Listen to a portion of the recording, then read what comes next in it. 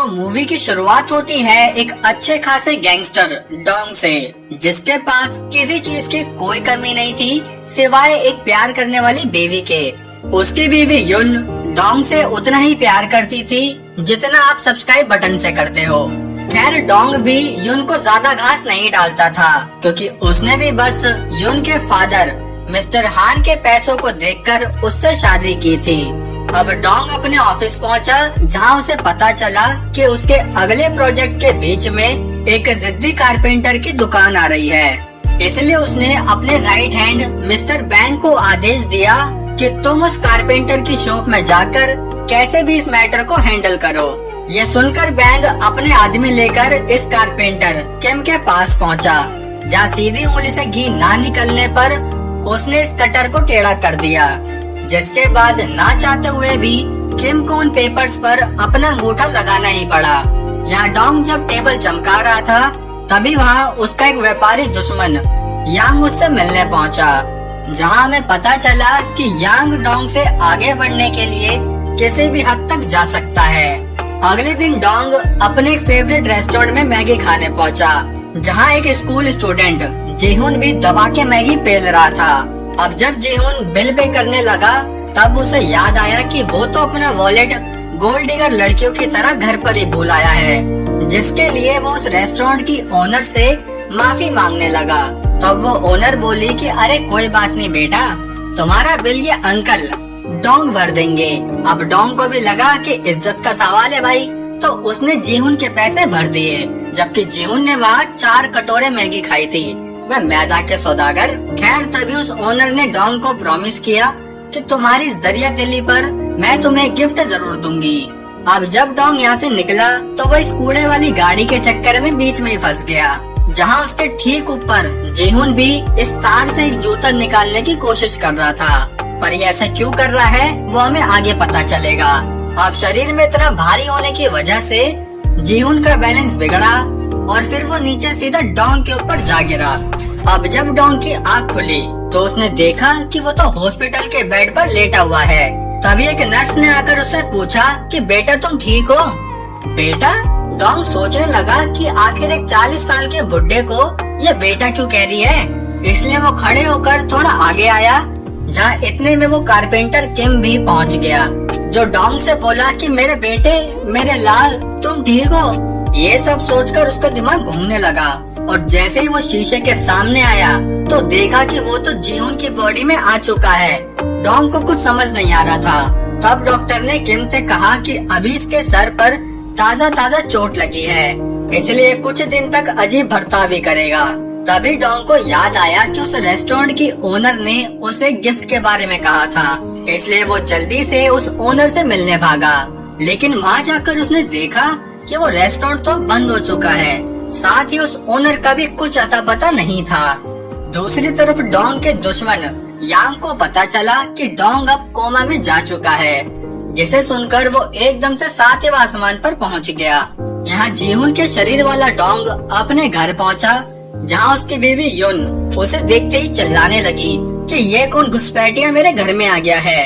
Dong युन को सब समझाता, लेकिन तब तक सिक्योरिटी गार्ड्स डोंग को यहाँ से पुलिस स्टेशन में ले गए, जहाँ जेहुन के फादर किम ने आकर पुलिस को समझाया कि इसका अभी एक्सीडेंट हुआ था, जिस वजह से थोड़ा दिमाग से पैदल हो गया है।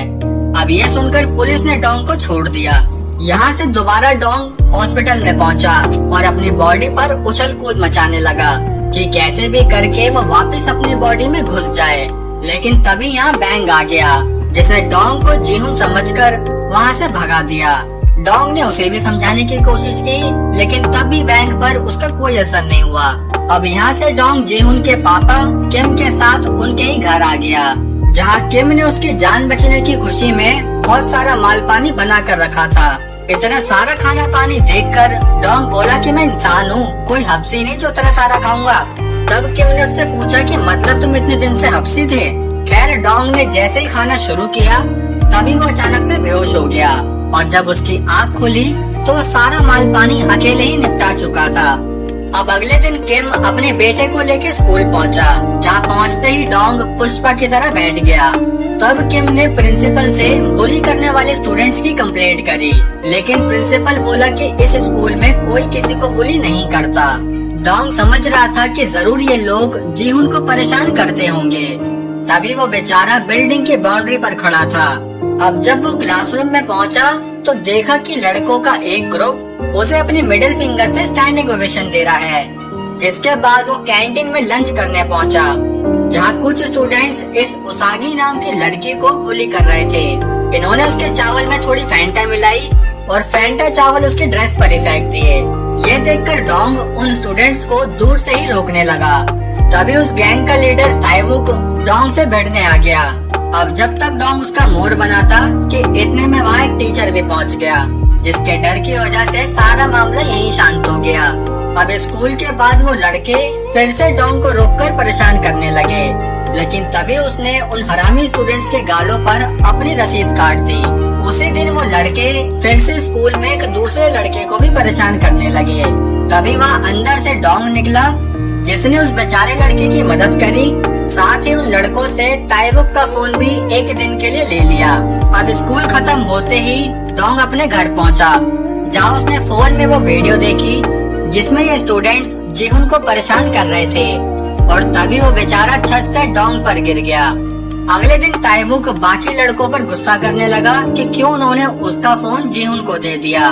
तभी वहाँ डोंग पहुंचा, जिसने फोन वापस देते हुए कहा कि आज के बाद कभी किसी को परेशान मत करना, वरना तुम्हारी वो बुली करते हुए वीडियो मैं पुलिस को दे दूंगा।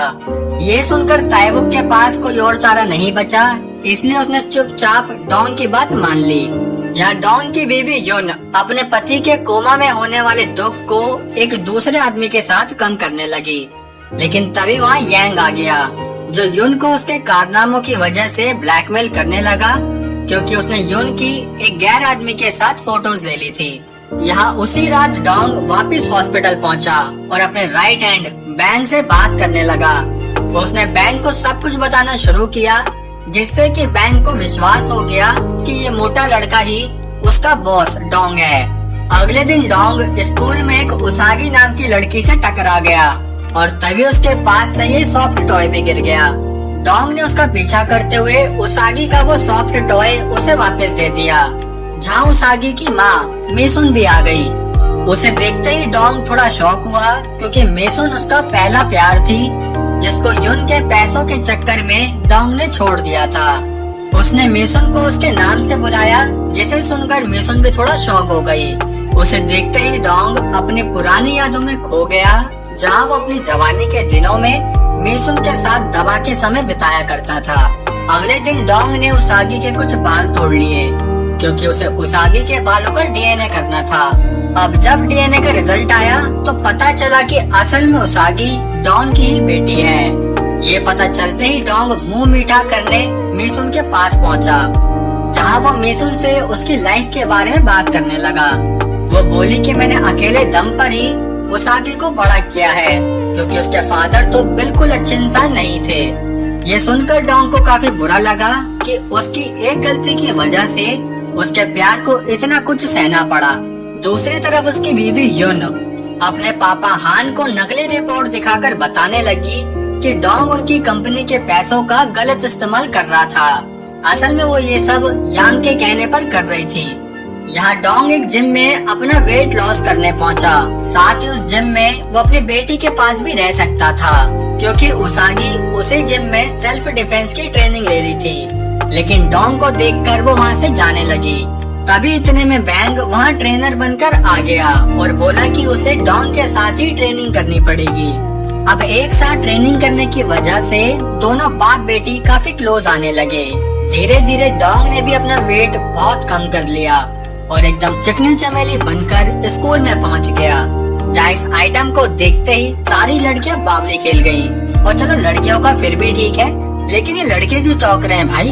खैर अब उसी दिन लंच ब्रेक के टाइम वो लड़कियां फिर से उसागी को परेशान करने लगी, लेकिन इस बार उसागी ने उन लड़कियों की चुटिया पकड़कर अच्छे से उन्हें प्रसाद दे दिया। अब डोंग फिर से मेसुन के रेस्टोरेंट में पहुंचा, जहां बातें करते हुए मेसुन उससे बोली कि उसने जिससे प्यार किया उसे तो मर जाना चाहिए। ये सुनकर डोंग की किडनी गरबा खेल गई। अब उसी वक्त एक हरामी कस्टमर मिसुन को परेशान करने लगा, जिसे देखकर डोंग ने मिसुन को अंदर भेजा और फिर उस कस्टमर की धनिया चटनी बना दी। तभी मिसुन वहाँ आकर उसे रोकने लगी और बोले कि आखिर तुम कौन हो।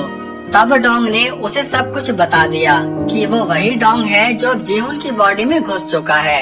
शुरू में मिसुन को इस बात पर कोई विश्वास नहीं हुआ, लेकिन जब डोंग ने उसे बताया कि तुम्हारी बॉडी पर यहाँ तिल है, अब ये जानकर मिसुन को उसकी बातों पर विश्वास हो गया। पर तब भी उसने डोंग से कहा कि तुम यहाँ से चले जाओ। अगले दिन स्कूल में एक लड़के मिन्हो ने उसागी को अपने जन्मदिन का निमंत्रण दिया। उसागी को आज तक किसी ने अपने बर्थडे पार्टी में नहीं बुलाया था, इसलिए वो पार्टी में जाने के लिए मान गई। तभी डोंग ने भी मिसुन को एक आखिरी बार मिलने के लिए मैसेज किया।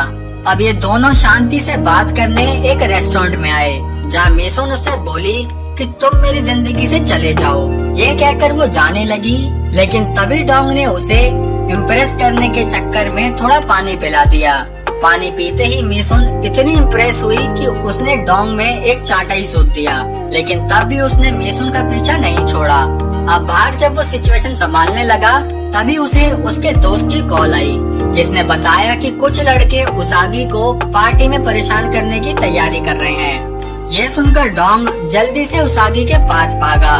यहाँ पार्टी में मिन्हो उसागी को दारू पीने के लिए फोर्स करने लगा, लेकिन उसागी दारू नहीं पीती थी, इसलिए मिन्हो ने उसे दारू से ही नहला दिया। तभी वहाँ डोंग पहुँचा, जिसने गुस्से में उन सब लड़कों की बढ़िया तरीके से कुटाई कर दी।